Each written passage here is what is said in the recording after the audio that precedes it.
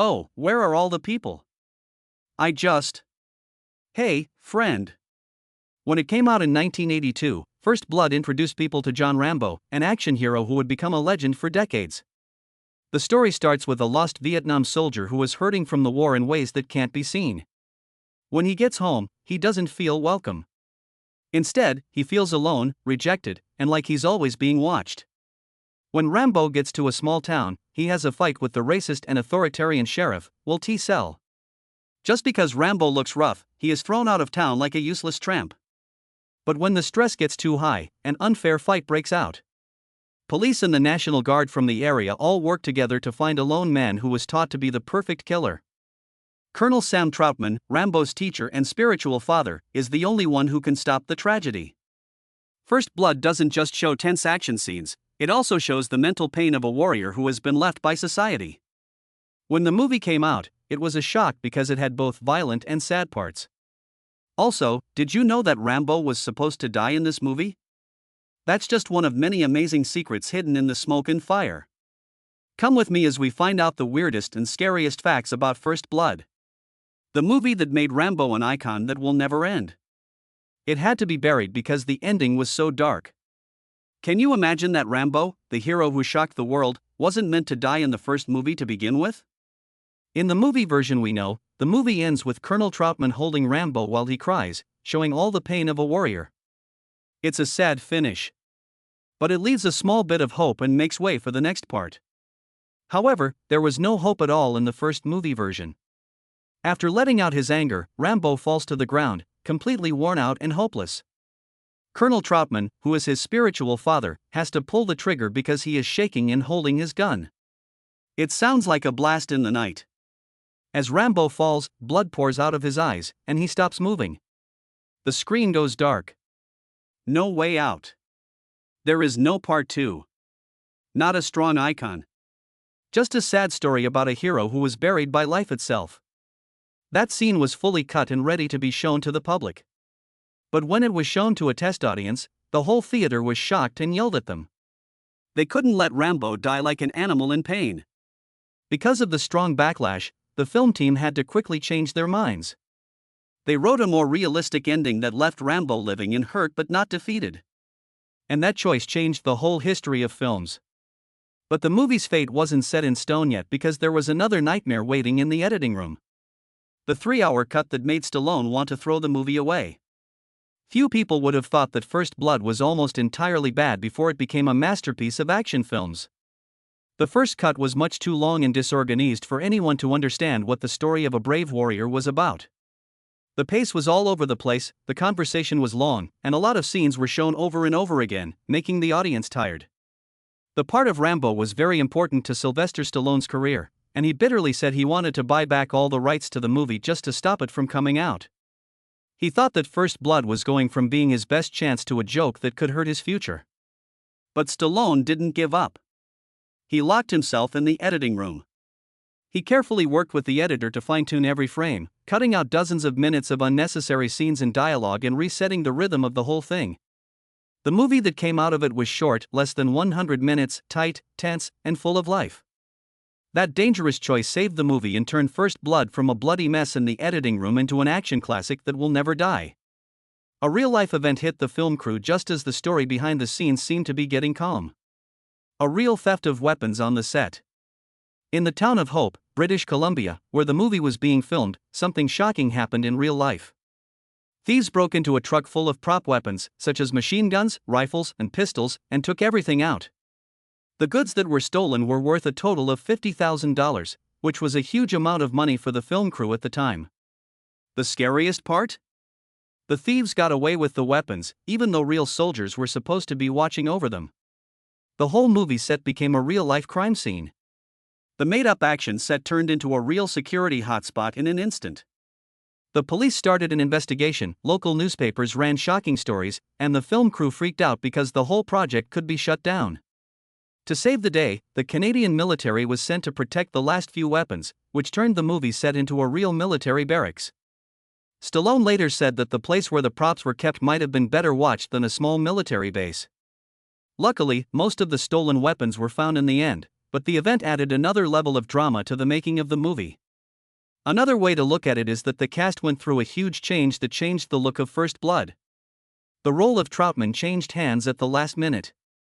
Can you picture how Rambo would have looked on screen if Colonel Sam Troutman hadn't been Richard Crenna but had a different face? In fact, the name originally chosen was Hollywood legend Kirk Douglas. With a long career from Spartacus to Paths of Glory, Douglas had the character to be Rambo's spiritual father. But problems arose when he wanted to direct all the dialogue and, especially, the ending. Troutman had to be the one to shoot and kill Rambo, maintaining the tragic spirit of the novel. Stallone and the crew strongly objected.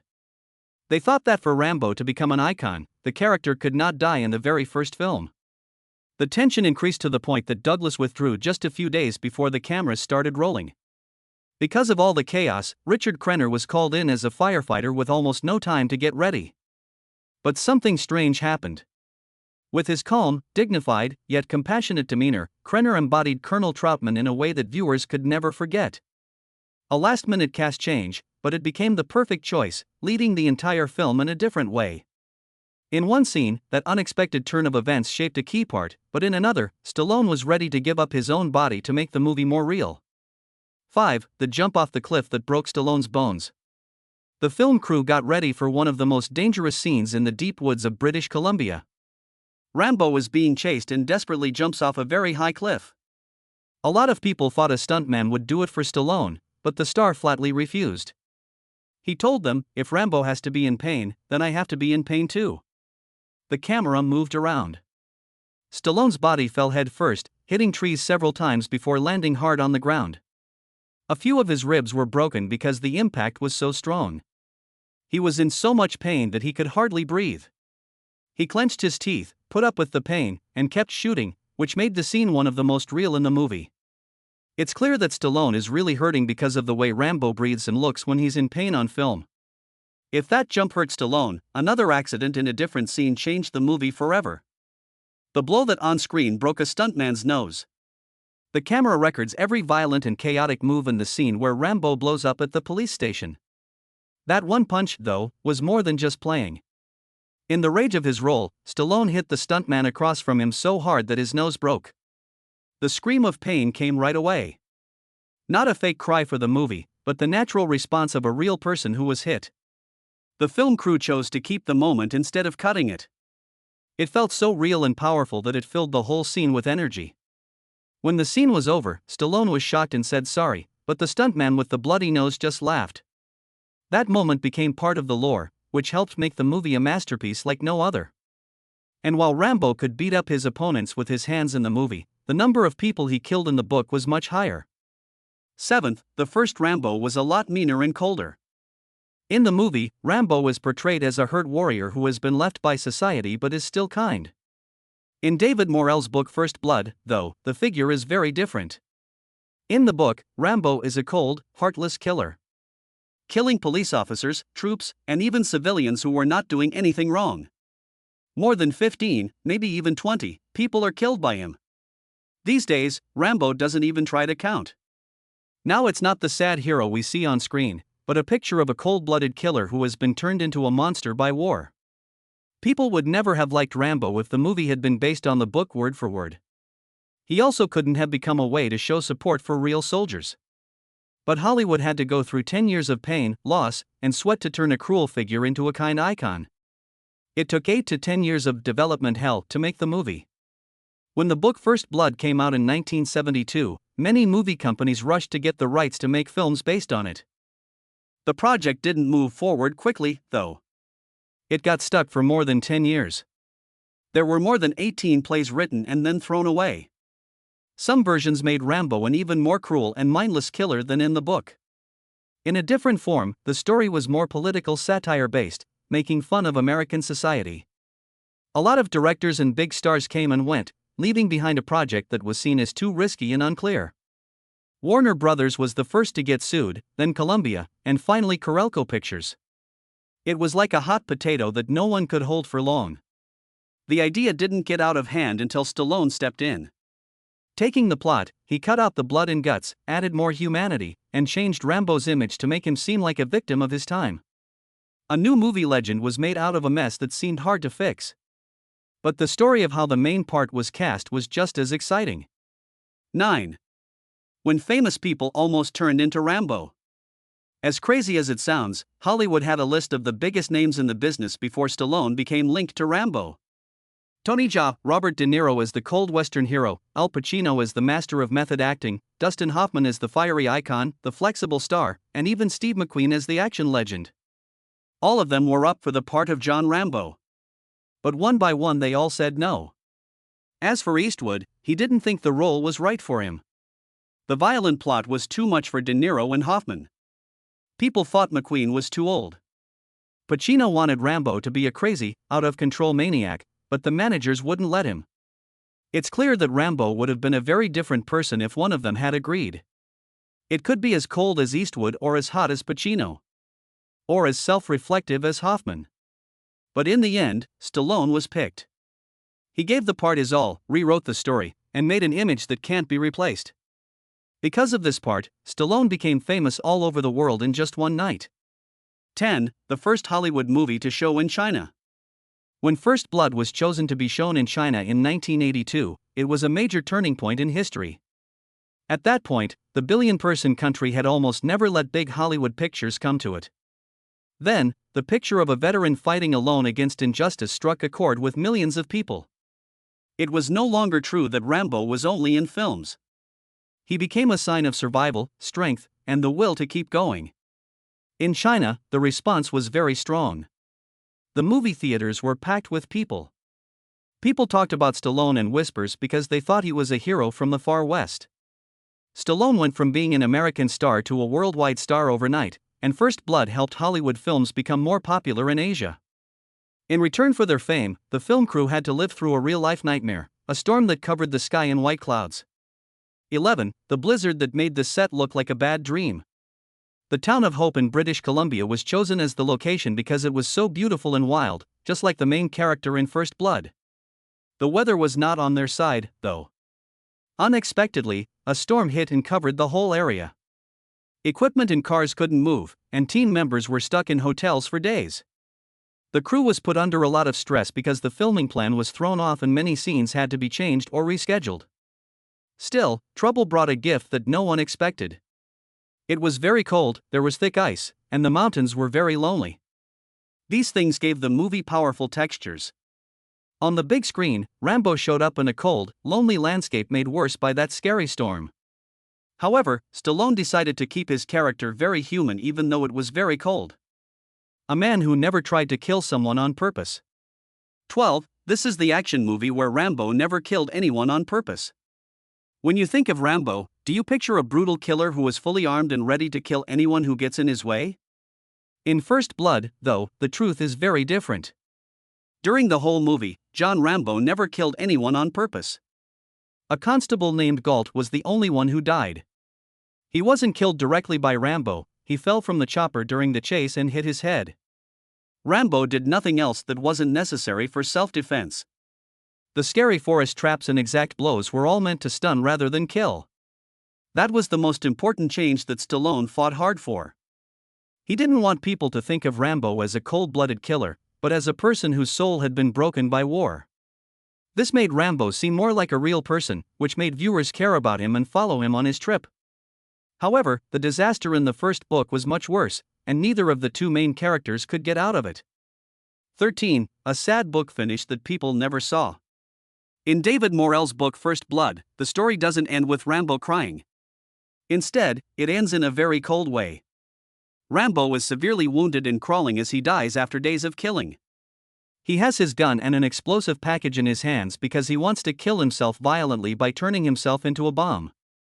But his tired body isn't strong enough to light the spark anymore. At that very last second, Colonel Troutman shows up.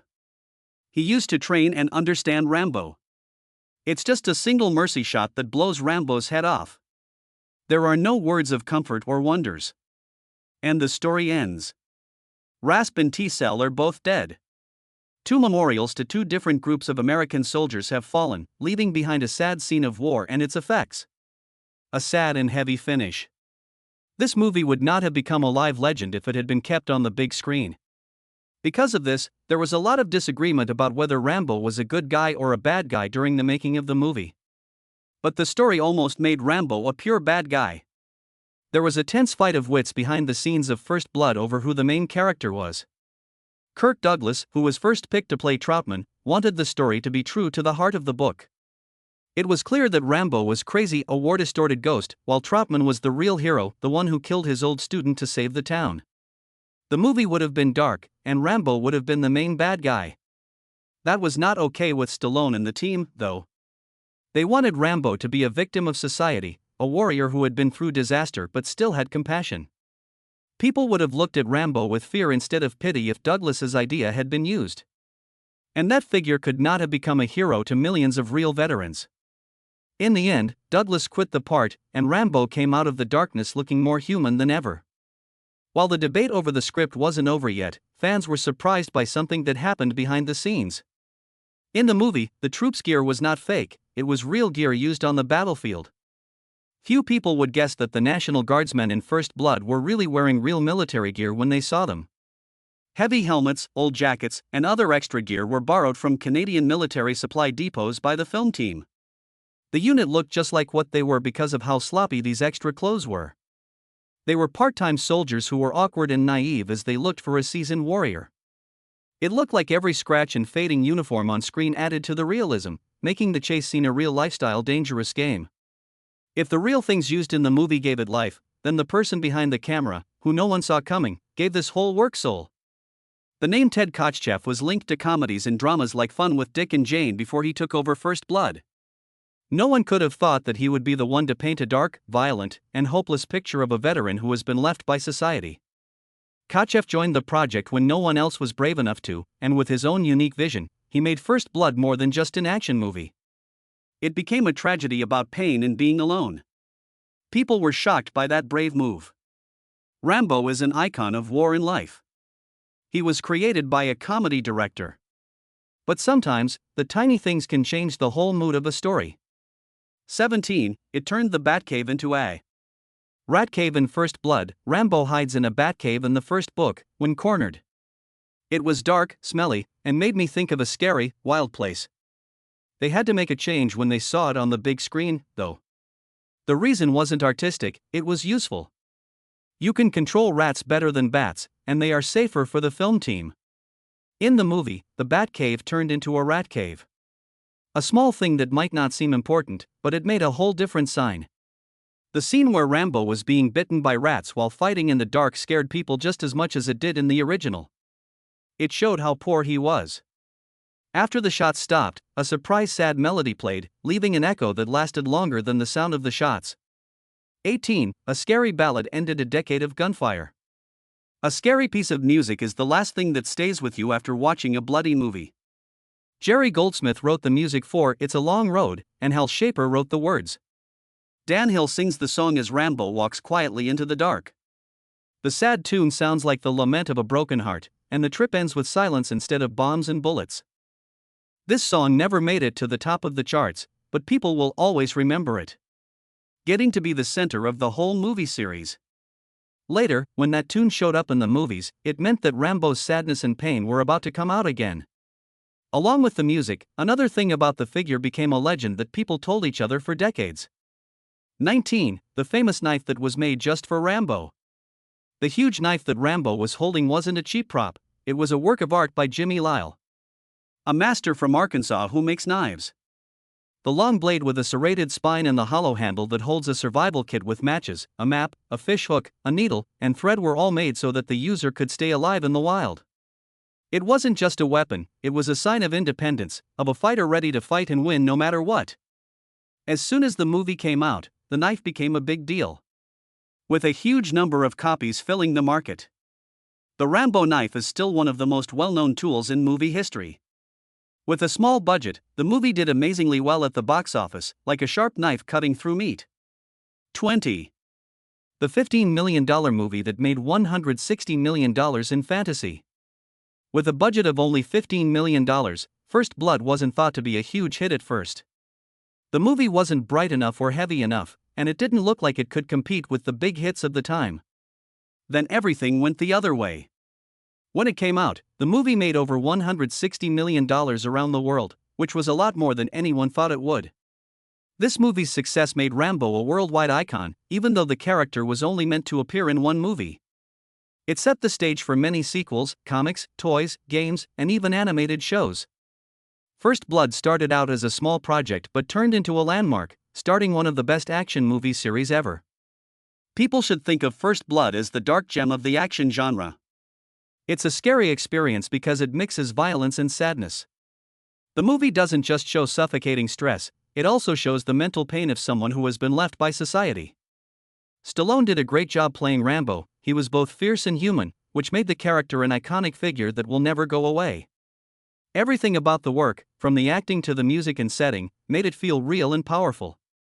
Like these interesting behind-the-scenes facts? Please like and share them so more people can learn about them. Remember to subscribe to the station so you don't miss the next scary movie stories.